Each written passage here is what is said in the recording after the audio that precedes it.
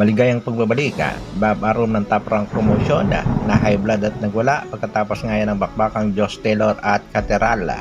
Laban ni Casimero at Luis Neri posibleng matuloy ngayong September kasabay ng labang Inoue kontra TJ Doheny. Iyan ang ating mga pag-uusapan.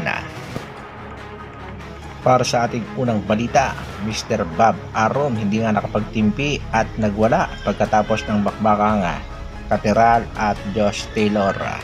Hindi nga matanggap nitong si Bob Arum ang naging resulta ng bakbakan.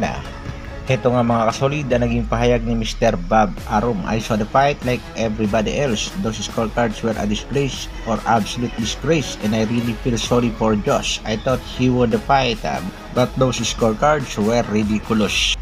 Ayon naman sa isang boxing fans, the fight was a lot closer than the judges had it. Arum was right to call them out on it.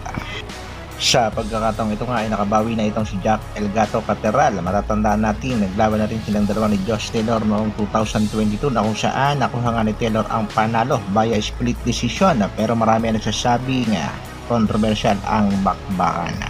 Posible nga daw magkaroon ng part 3 ang bakbakang Josh Taylor kontra nga dito kay Jack Cateral. Sa kabilang balita naman mga kasolid, sa latest ng pahayag ng Treasure Boxing Promotion Mr. Masayuki, ayon nga sa Japanese promoter ay almost done deal na ang laban ng ating pambatong si Alas dito nga kay Luis Pantera Neri.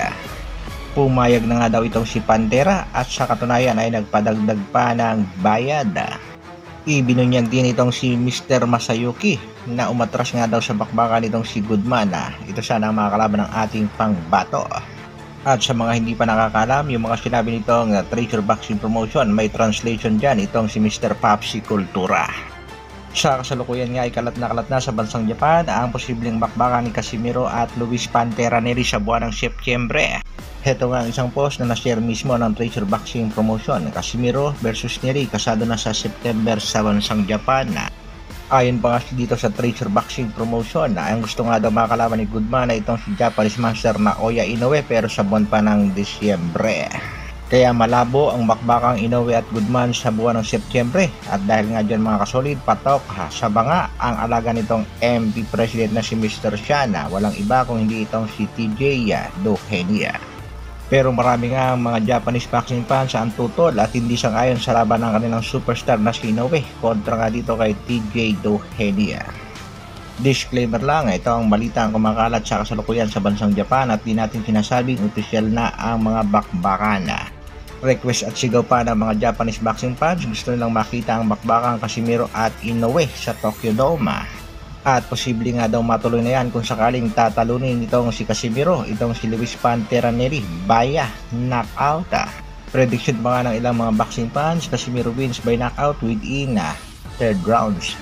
At kung mangyayari nga yan ay hindi na makakaiwas ang alaga ni Bob Arum na tinaguri ang halimaw ng Japan. Pagdating naman sa laban ni Inoue at TJ Doheny, ayon nga dito kay Bob Arum, easy work at easy lang ang magiging panalo.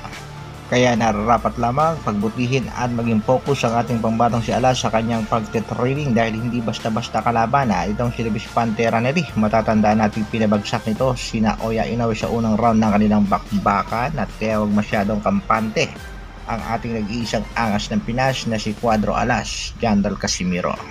At kung sakaling ang matutuloy na ang bakbakang na Oya Inoue at Cuadro Alas Jandal Casimero, sana sa mga Pinoy, suportahan lang natin ang ating kababayan. At huwag natin gayahin ng iba dyan na hinihila pang pababa ang ilan sa ating mga boksingero. Hanggang dito na lang muna mga kasolid. Maraming salamat sa patuloy na pagsuporta at panonood. Mabuhay, Dr. Alvin Vlogs. Bra!